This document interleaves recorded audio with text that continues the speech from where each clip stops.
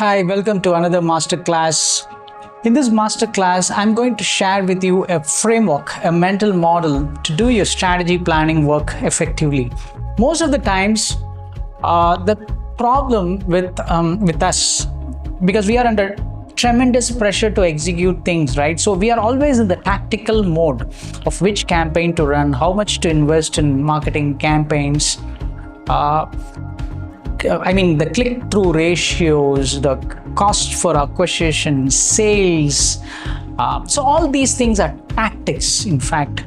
But usually when you want to do an effective strategy planning, there are two layers.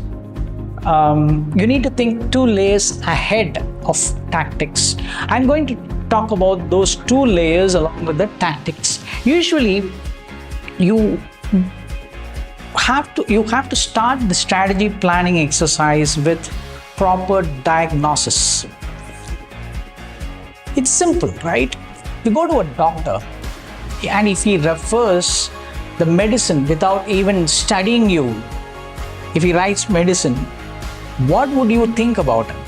So, like a good doctor, consultants use this diagnostic study to understand the context, the company, the competition, the customer, and then the broad industry issues, social issues.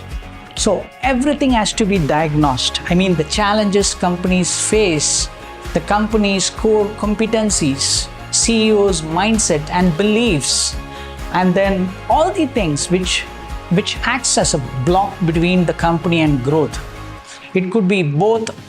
When you do a proper diagnostic study, it will bring out both the good and bad elements of your business. So this is essential before you do strategy development.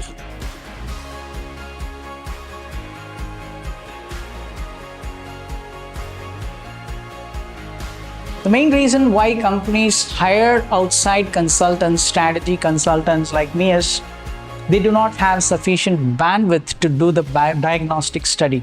But I'm sharing this with you. If you're an entrepreneur or a CMO or a marketing person sitting inside the company, you can still do some kind of diagnostic study in your company, like doing some small secondary research about your market, and then talking to your competition, and venturing out and doing some customer survey on your own. If you have a retail store, you can even do a diagnostic study in your retail store. You can still do it without hiring an external consultant, because it is a mindset, right? So do proper diagnostics.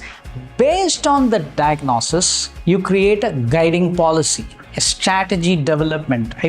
Usually we call this as where to play. This is a formal consulting word. Where to play. And tactics is nothing but how to win. This is a common terminology used in the consulting and strategy world, right? Diagnosis, then move on to strategy development. You decide which customer segment to target based on the understanding of your core competencies, your strengths and weaknesses. You decide which product to develop, which market to target, what would be the ideal pricing strategy, the communication strategy, what type of culture you need to inculcate inside the company, what type of team you need to hire. All these things come into this quadrant, where to play. And tactics is nothing but you take it and execute it ruthlessly, right? So, but as I've said in the early stage, if you jump into this component without doing these things, you need to be very careful when directly jumping into this tactical side of things, because you have not done proper diagnosis. You do not have any strategy in place. Then you're executing. It's a dangerous situation, right? It's like a doctor suggesting or getting into the operation mode, trying to operate a person without doing proper diagnosis. So use this mental model. Even though only the strategy consultants use this, you can still emulate this mental model when you're trying to do a strategy planning in-house inside your company. Thank you. Bye-bye.